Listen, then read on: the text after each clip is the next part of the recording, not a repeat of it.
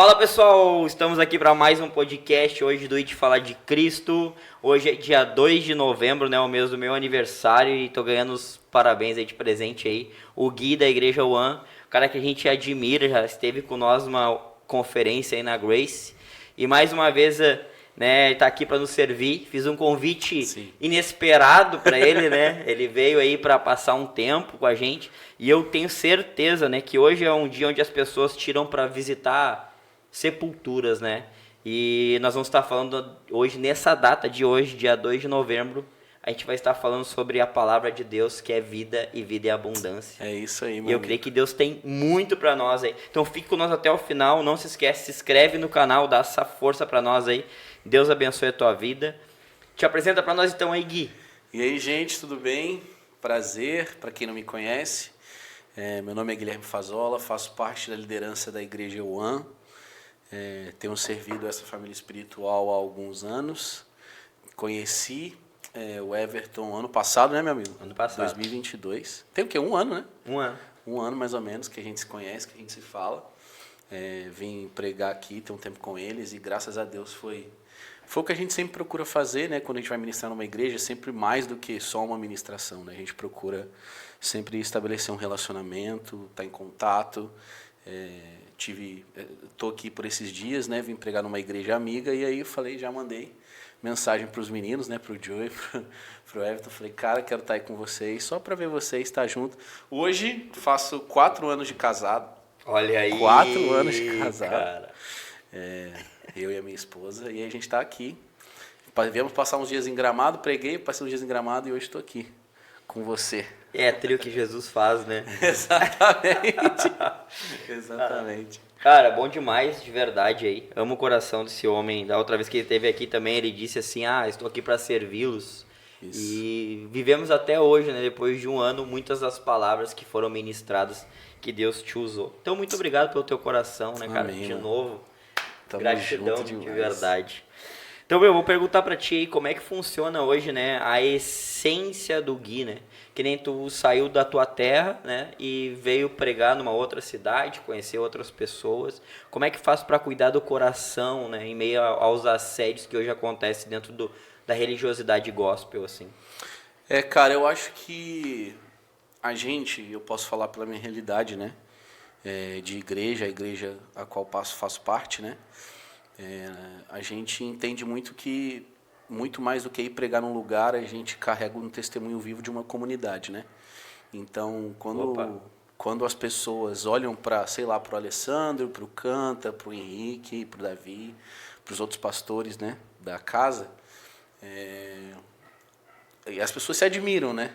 E é muito legal que quando a gente olha para todos eles, é claro que tem a graça e a unção individual de cada um, né? Mas é muito incrível que tudo que a gente faz como indivíduos escorre muito da vida em comunidade, né? E o que isso tem a ver? Cara, hoje a gente vê um contexto, infelizmente, de igreja brasileira onde os pregadores itinerantes não congregam, né? Muitos deles, músicos, ministros de adoração, ministros da palavra, têm a coragem de subir nos púlpitos das nossas igrejas sem ter por trás uma vida de comunidade que os guarda, que os assegura e que os empodera, principalmente. Então, o que eu percebo? O que nos ajuda, Everton, a guardar muito? E a galera sempre fala, né? Nossa, eu vou na igreja One de São Paulo, é a mesma coisa que a igreja do Rio, a mesma coisa que o Juiz de Fora, a mesma coisa que no Maranhão. Porque a gente tem um contexto de comunidade local muito forte. Então, tudo que a gente prega, ensina, canta, tudo vem de um contexto de comunidade local. E eu não consigo me imaginar servindo a Igreja de Jesus sem participar dela. Então, muitos pregadores itinerantes conseguem pregar a Igreja de Cristo sem fazer parte dela. Isso é muito triste nos dias de hoje.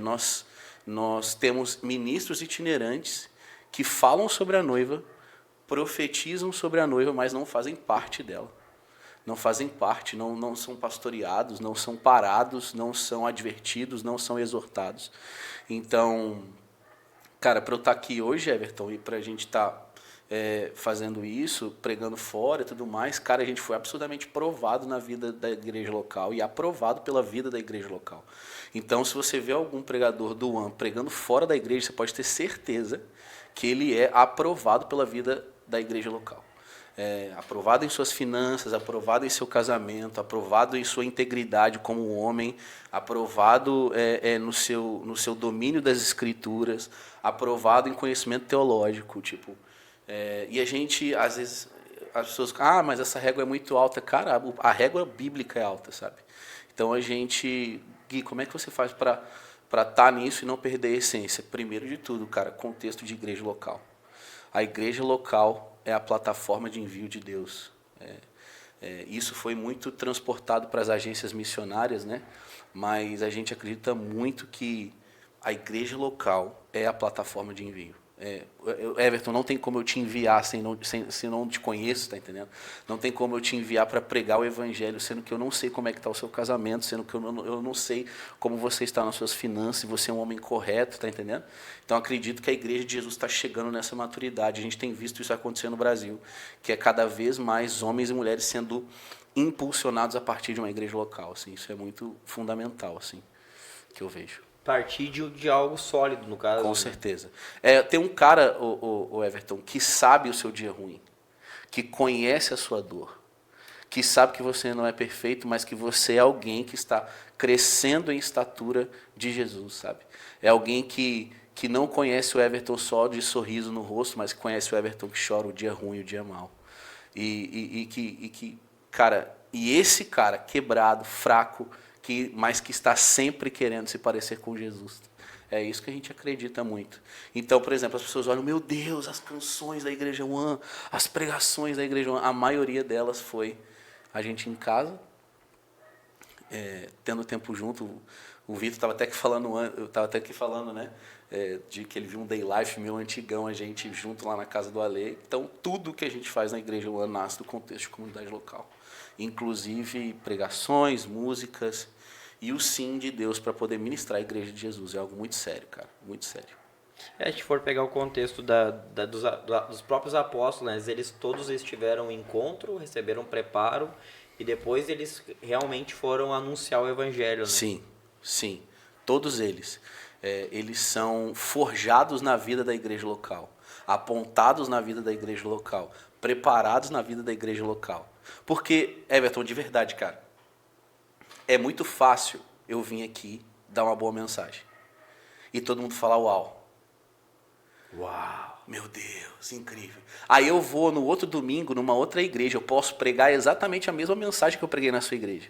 Eu não preciso, às vezes, eu posso ter até uma palavra só. Tá entendendo? Claro. Eu posso até ter uma palavra só e pregando essa mesma palavra em vários lugares. Tá entendendo? Então, mas se eu tenho vida de igreja, meu amigo. Tá entendendo? Não. É diferente, né? É diferente, cara. É diferente. Tipo assim, já aconteceu muito. A gente já barrou gente de ministrar fora porque estava com finança desorganizada. Devendo pessoas. E a gente falou, cara, tá tudo bem. Existem estações onde a gente está apertado financeiramente, está tudo bem, mas foi desgoverno, irresponsabilidade. E a gente não concorda com isso. Tá entendendo? E a gente brecou. Tá entendendo? E daí, como é que faz pra, tipo... Porque eu lembro de uma mensagem numa mesa com mais pessoas, lembra? A gente passou um tempo lá de mesa, quando tu veio aqui da outra vez, que não teve um podcast, podia ter sido gravado, né? Mas onde a gente conversou sobre diversos temas e um deles foi exatamente isso, né? Tu trouxe o pessoal mais pra perto, né? Isso. Tu disse assim, que a gente hoje consegue estar mais dentro da igreja, o nosso termômetro são as casas, né? De saber se a igreja tá bem ou se a igreja realmente tá... Como é que tá a igreja dentro do prédio, templo. Exato. Né? A gente entende muito que números não são uma régua de sucesso. Número nunca vai ser régua de sucesso. Régua de sucesso para a nossa comunidade é o nosso nível de comunhão, o nosso nível de oração. Isso indica sucesso ministerial, primeiro e segundo mandamento, tá entendendo? Então, quais são as réguas de Jesus? Primeiro e segundo mandamento. Então, o sucesso ministerial, ame o Senhor de todo o coração, com toda a tua alma, com toda a tua força, com todo o teu entendimento. E ama ao próximo. Então, quando Jesus vai medir o sucesso de uma comunidade local, ele tem como régua o primeiro e o segundo mandamento. Então, a gente acha que os nossos ministérios são bem-sucedidos pelo número de pessoas que os frequentam. Mas, na verdade, a régua de sucesso de Jesus é quanto que eu tenho de amigos nesse lugar. Uou. E o quanto dos meus amigos são amigos entre si. Está entendendo? Então, quando eu olho para as Escrituras, Jesus ele resume os profetas em duas coisas. Ame ao Senhor teu Deus de todo o teu coração. Ama o próximo como a ti mesmo. E isso, a gente tem isso na nossa comunidade local como régua de sucesso. Então, Everton, você pode ser super bem sucedido no seu trabalho, os seus filhos podem estudar na melhor faculdade, está entendendo? Tudo. Mas se você não ensinou, por exemplo, os seus filhos a amar a Deus acima de todas as coisas, nós falhamos. Bom. Está entendendo? Se eu não ensinar os meus futuros filhos a amar a Deus acima de todas as coisas, nós falhamos. A falha do primeiro mandamento é a maior falha de um ser humano. É a maior falha do ser humano. Então, o que a gente faz? A gente acha que o Instagram bombado é sucesso.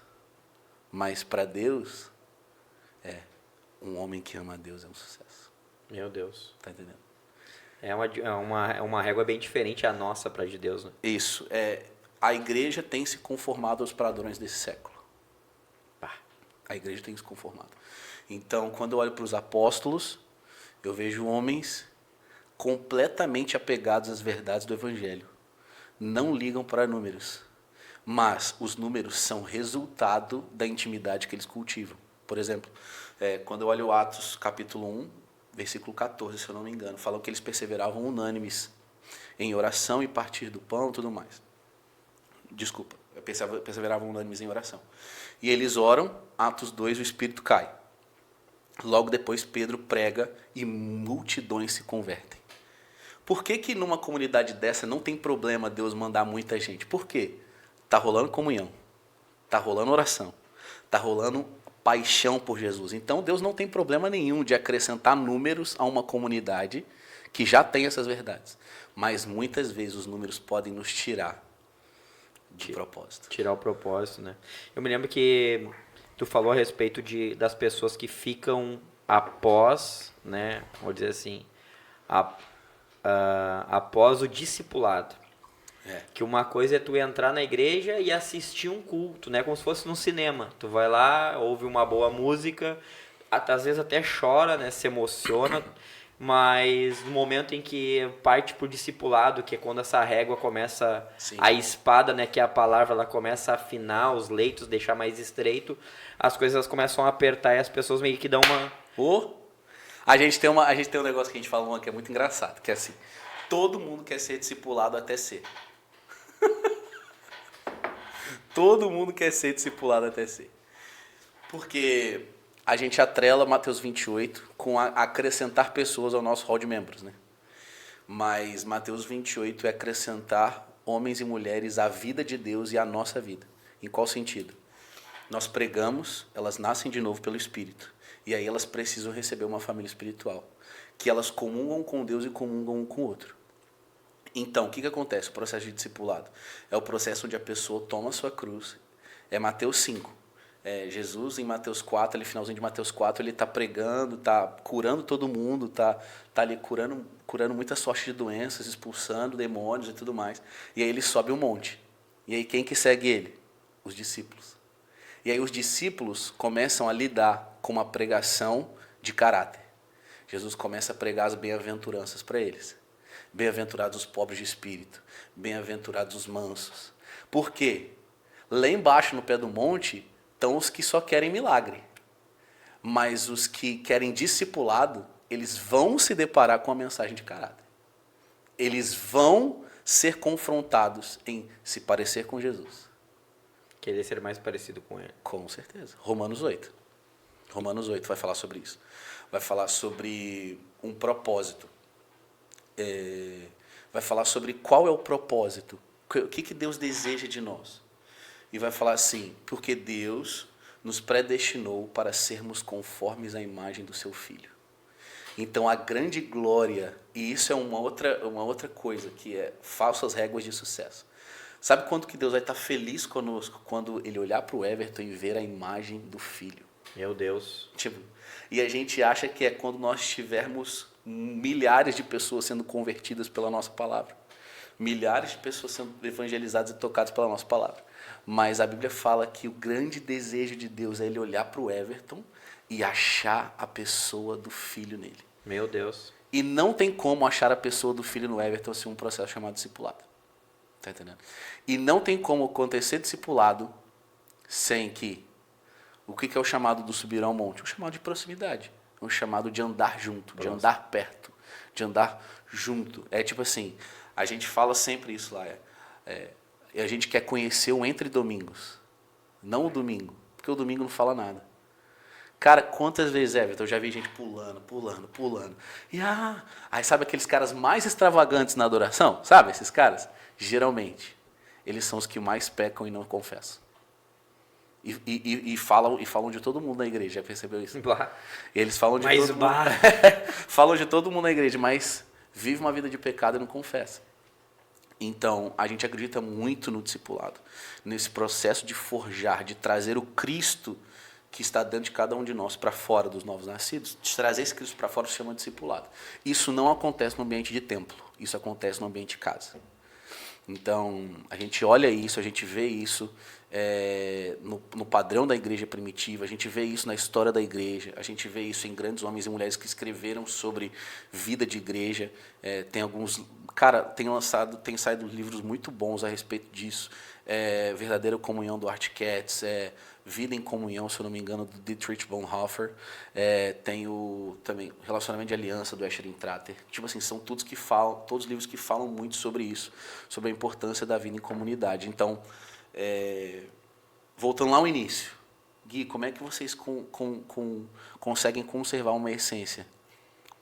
Vida em comunidade, oração, partir do pão, Atos 2,42. Ensino dos apóstolos. Uma vida realmente entregue na mesa, aonde eu, Gui, posso ser alguma coisa dentro do ano, mas eu sou filho de Deus como Everton. Amém. As dinâmicas do evangelho precisam se aplicar a mim. E quais são as dinâmicas do evangelho? Arrependimento, confissão de pecados. Cara, a gente tem pastores que não confessam mais pecado.